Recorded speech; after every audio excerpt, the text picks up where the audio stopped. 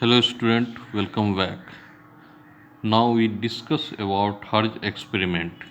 The Hertz experiment is the proof of existence of electromagnetic wave. The two brass brass plates are separated by 60 centimeter, have the length of 40 centimeter. ये आपको induction coil है, ये आपको primary coil है and S1 dash S2 dash is the secondary coil. Metal plates के दोनों and से आपको 2 या 3 सेंटीमीटर के सेपरेशन से दो स्फेरिकल ब्रास मेटल जो है वो आपको कनेक्टेड होते हैं। ये S1 dash S1 double dash और S2 डबल डैश जो है ये आपको डिटेक्टर है। When the current in the primary circuit interrupt, जब भी आपको P1 P2 से प्राइमरी सर्किट से जो है करंट को हम इंटरप्ट करेंगे, एक लार्ज पोटेंशियल डिफरेंस जो है वो आपको डेवलप होगा।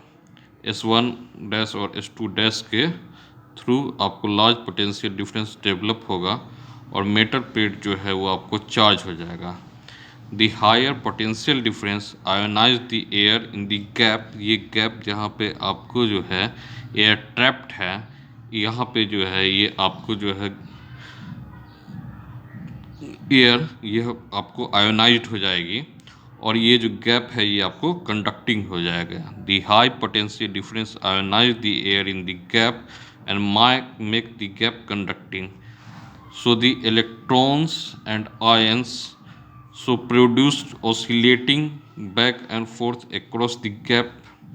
यहाँ से S1 और S2 के बीच में जो है आयंस और इलेक्ट्रॉन्स आपको आगे और पीछे ओसिलेट करने लगेंगे, जिसके कारण आपको इलेक्ट्रोमैग्नेटिक वेव का प्रोडक्शन हो जाएगा। क्योंकि मैं पहले भी आपको बता चुका हूँ, प्रीवियस क्लास ही में बताया जा चुका है कि ओसिलेटिंग चार्ज जो है ये आपको इलेक्ट्रोमैग्नेटिक वेव को ओरिजिनेट करता है। Now the detector consist of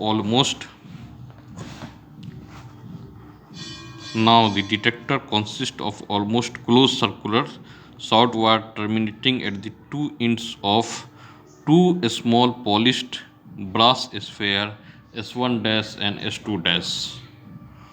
so very high potential difference. यहाँ पे जो है एक क्लोज सरफेस बना हुआ है, इस जगह पे एक क्लोज सरफेस बना हुआ है, इसके कारण यहाँ पे काफ़ी हाई पोटेंशियल डिफरेंस जो है डेवलप होगा और जिसके कारण एक टीनी स्पार्क जो है इस गैप में जो है हमेशा जंप करता हुआ दिखेगा।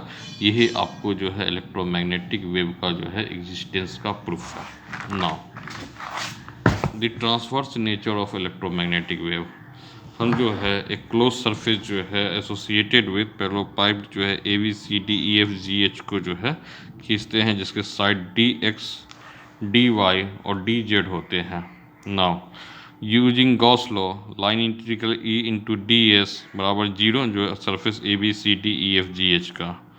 तो तीन सरफेस लेंगे, एक ABCD इंटू DS बराबर EFGH E इंटू DS, एक सरफेस लेंगे हम लोग ABFE और दूसरा ले लेंगे हम लोग जो है DCGH।